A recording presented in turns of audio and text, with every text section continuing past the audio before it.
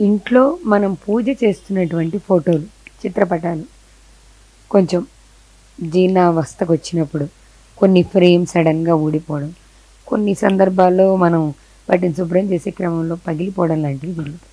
సహజంగా ఇక్కడ మనకు ఒక రకమైన భయం ఉంటుంది కదా గురువుగారు.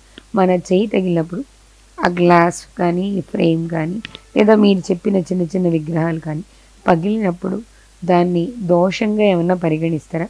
దానికి ఏమన్నా చెయ్యాలా?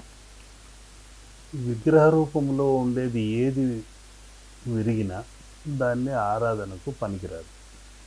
దాన్ని తీసుకుపోయి ఎక్కడైనా టెంపుల్లోనో, చెట్టు కిందో, చెరువు దగ్గర, నది దగ్గర వదిలేయటం ఉత్తమం.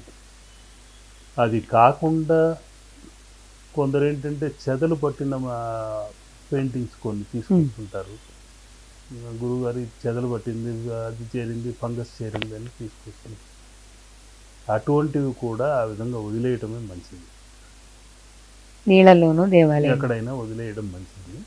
దాన్ని తిరిగి పెట్టుకుంటే దాన్ని ఒకవేళ ఇక్కడ మేము కరెక్షన్ చేసినా మళ్ళీ తీసుకొని ఇంట్లో పెట్టుకున్నా చెదలే వదలవు.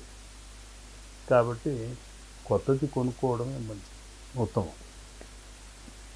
అంటే అది దోషంగాను లేకపోతే దానికి పరిహారాలు లాంటివి ఏమన్నా? అటువంటిది ఏమీ లేదు. కృష్ణార్పణం, వైష్ణవ తత్వంతో ఉన్నవారు కృష్ణార్పణం అంటూ వదిలేయాలి.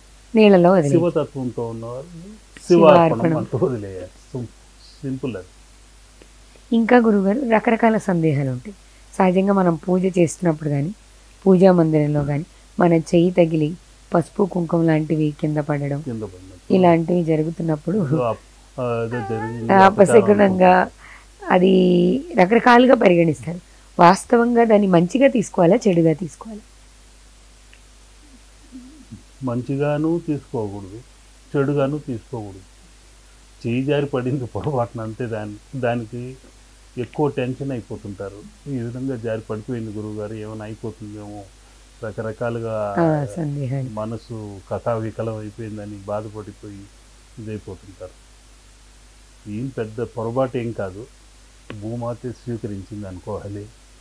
చేయి జారింది పొరపాటున అంతేగాని దాని గురించి అనవసరమైన అపోహలు, బాధలు పెట్టుకోకూడదు. ఏదైనా పొరపాటు జరిగితే క్షమించు తండ్రి అనే ఆ స్వామినో అమ్మవారిని క్షమించు తల్లి అని వేడుకుంటే సరిపోతుంది. దాంట్లో తప్పేమీ లేదు.